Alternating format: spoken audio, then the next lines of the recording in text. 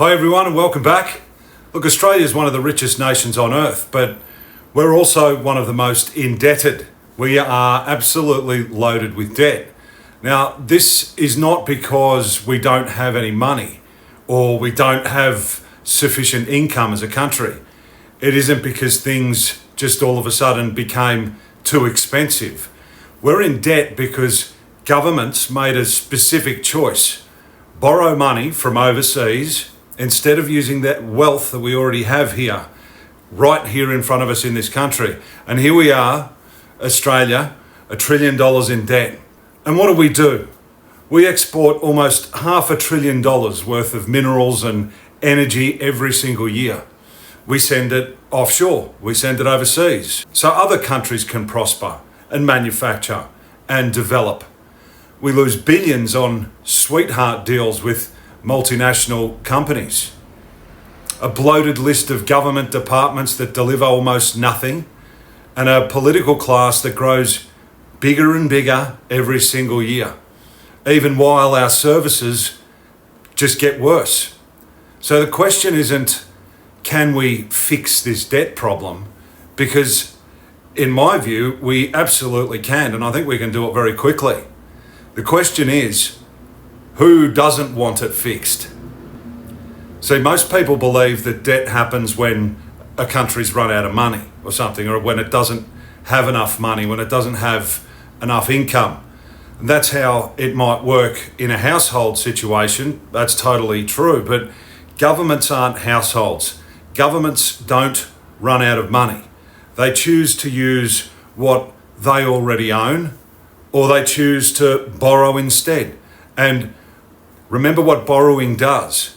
Borrowing creates money, it inflates money, it devalues money, because it's literally created out of nothing, out of thin air.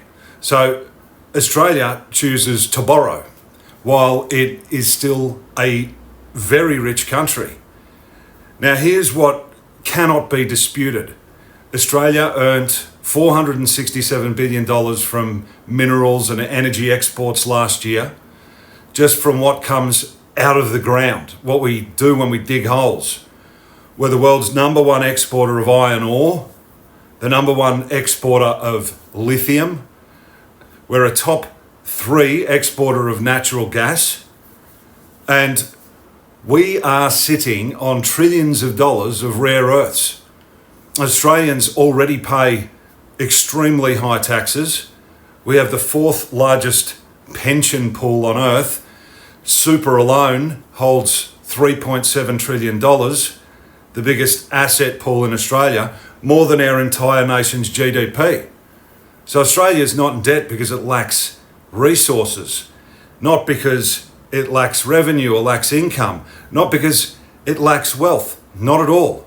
We're in debt because governments choose to borrow externally instead of using wealth we already produce. What do you think about that?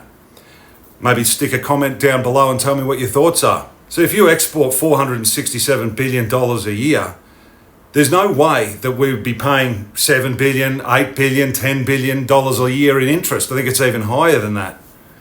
Now, debt isn't evidence of poverty. It's evidence of policy failure here in the country. Definitely not a lack of money. What it is a lack of good leadership. Governments don't borrow because they need money. They borrow because people can profit from the debt. Here's how it works here in Australia. So government simply spends more than it actually collects. So instead of using wealth that Australia already produces, it issues government bonds. These are IOUs. And it sells those bonds to investors. Those investors include foreign banks, sovereign wealth funds, pension funds, insurance companies. They earn guaranteed interest, backed by you, the Australian taxpayer. So debt becomes a low-risk business for banks and for governments.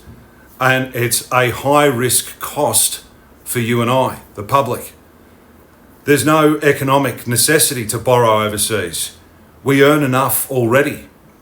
Borrowing is simply a policy choice, and I believe a bad one.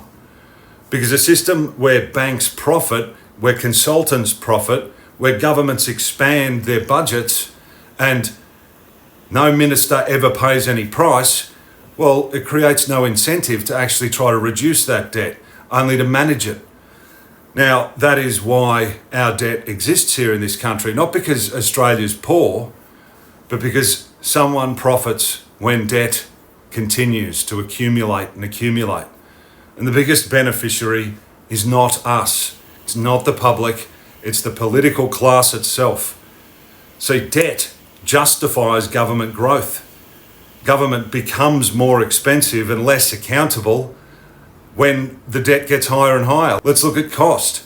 If a business fails to perform, management begins to shrink, executives start to get cut, waste goes first. But in government, the opposite happens. When services fail, when budgets blow out, when we're up to our eyeballs in debt, management in the government grows.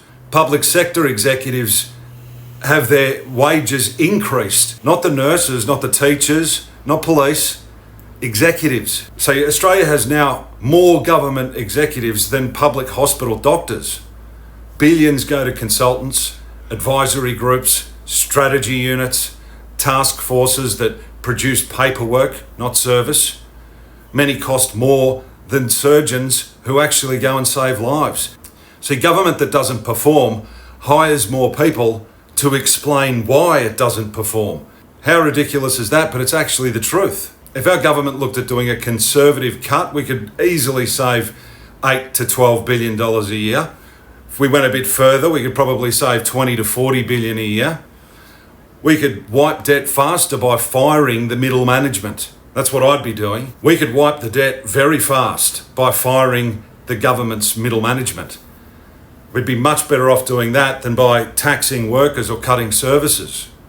See, debt itself is not a burden.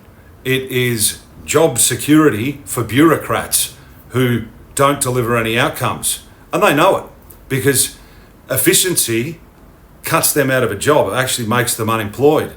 But waste is only half the story. The real fortune leaves the country before taxpayers ever even see it.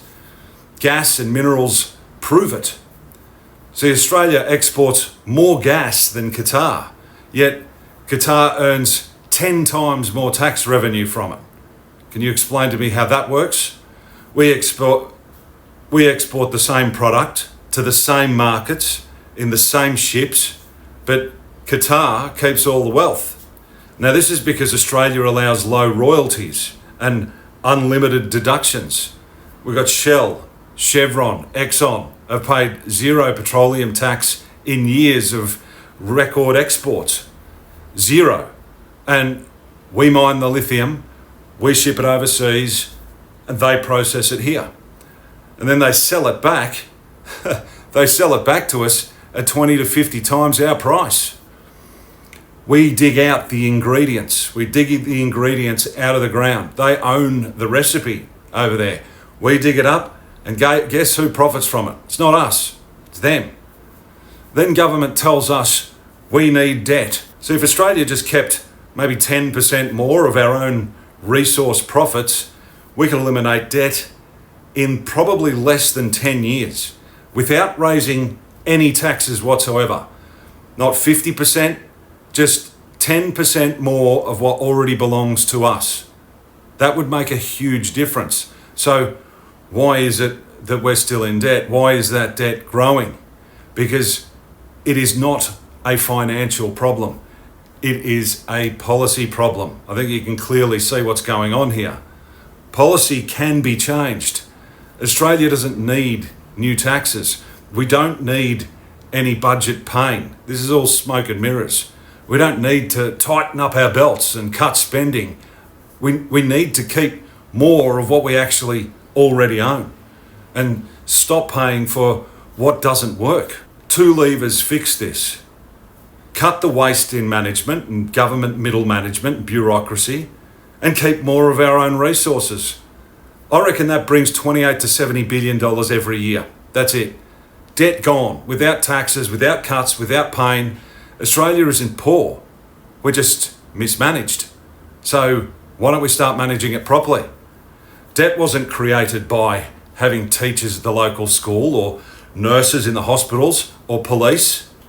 It was created by executives who never once deliver any useful outcome. It was created by governments that rely on debt instead of discipline, the basic principle of discipline, and by resource policies designed to export value, not retain it.